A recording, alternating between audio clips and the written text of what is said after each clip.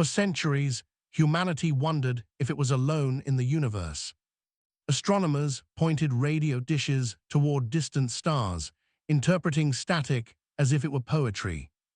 Governments funded secret programs while the public dreamed in science fiction tones. But no one expected the first confirmed message from another world to arrive on an ordinary Tuesday morning. Not even the scientists stationed at the Earth Deep Space Authority, perched in the mountains like a silent watchdog. Dr. Myra Solis had been analyzing background radiation when she noticed a spike. At first, she assumed it was equipment malfunction, the kind that ruined data sets and required hours of recalibration. But the spike repeated with rhythm, tone, and unmistakable intentionality. Her breath caught, fingers hovering above the console, as if touching it too firmly would break the moment. The pattern repeated 5 times, a sequence of oscillations that formed a structured greeting. Not random, not noise, not a glitch, this was language.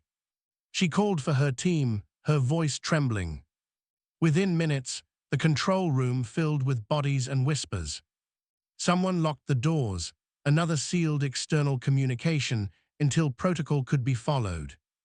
The hail came again, slower this time, almost patient. A cosmic knock on Earth's front door. Hail, inhabitants of the blue sphere. The translation software eventually resolved after running the signal through layers of linguistic algorithms. We observe, we inquire, we request acknowledgment. Earth had been hailed by extraterrestrial intelligence. The room went still, not in fear, but in disbelief that humanity's oldest question had just been answered like a polite introduction across the stars. Protocol demanded neutrality, calmness, and scientific detachment. But no such rule could quiet the shaking hands of every person present. Dr. Myra Solis inhaled deeply and pressed the global authorization key. Her voice, amplified through transmitters and quantum relays, became the first sound from Earth to be formally addressed to unknown cosmic neighbors. "This is Earth Authority," she said, speaking slowly to ensure clarity in translation. "We acknowledge your hail." The words left her mouth and disappeared into the transmission stream. They shot through space faster than light thanks to entanglement-based communication, tech that only 10 people fully understood. The message reached its destination in under 2 minutes. Then something unexpected happened. The alien transmission line went dead. All signals from the origin star system froze at once, as if someone had unplugged the universe from that direction. "We didn't lose them, did we?" one technician whispered. Another ran diagnostics, muttering to himself. But instrument after instrument confirmed the same truth. The aliens had stopped responding the instant Earth answered them. The room filled with tension like static before lightning strikes.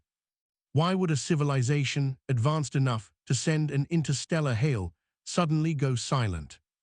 Were they startled? Worried? Or did Earth's response trigger some unknown protocol, friendly or hostile? Hours passed with no further messages.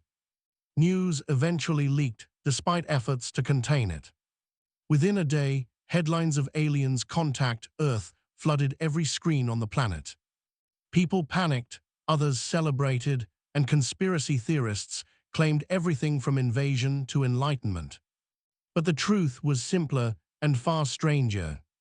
The aliens asked for acknowledgement, and when they received it, they froze.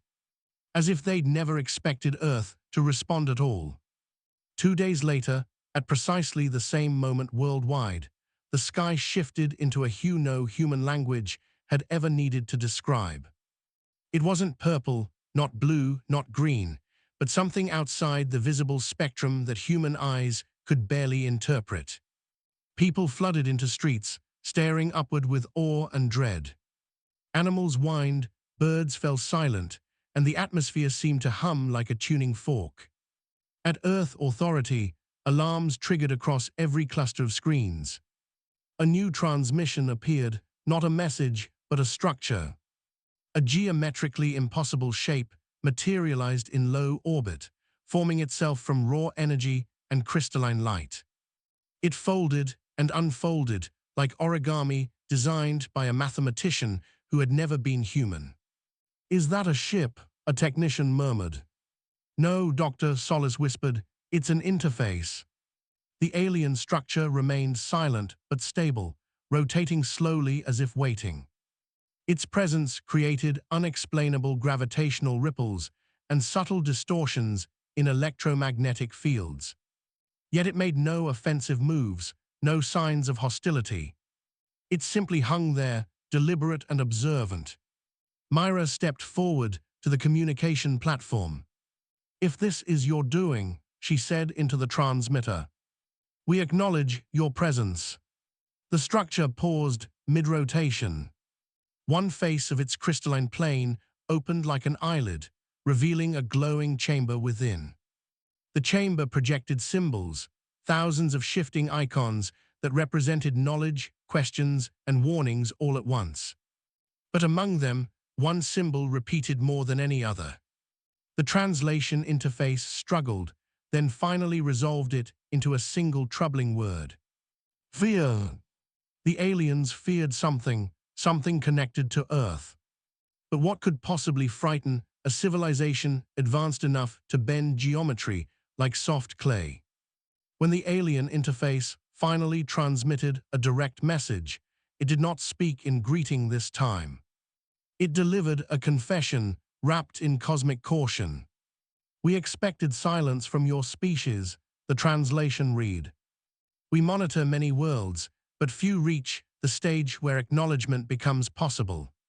The message unfolded like a story whispered across a dying campfire. The aliens belonged to an ancient network of civilizations that communicated only with worlds on the brink of awakening. Not technologically, but existentially. Worlds that demonstrated the rare combination of intelligence, cooperation, and unpredictable creativity. Civilizations that answer, the transmission continued, are destined to change the fabric of the cosmos. But the aliens did not celebrate this phenomenon. They feared it, because every world that had ever responded to their hail had eventually outgrown its galactic neighbors, reshaping the future in ways no one else could predict or control. Some brought enlightenment, others brought devastation. The response itself was the threshold, a point after which a civilization could not be ignored, contained, or easily understood. "We froze when you acknowledged," the message admitted. "For your species now stands at the tipping point." Myra felt a weight settle inside her chest. Humanity had always imagined aliens as mentors, conquerors, or curiosities, never as reluctant witnesses to a universal pattern, never as beings who feared what humans might become. "Why contact us at all?" she asked aloud. The interface shimmered, its geometry bending like a sigh. "To observe," the aliens replied. "To warn. And then, to request cooperation before destiny unfolds." The world united in a way that felt almost mythical. Governments, scientists, philosophers, and ordinary citizens watched as Earth Authority prepared the official response.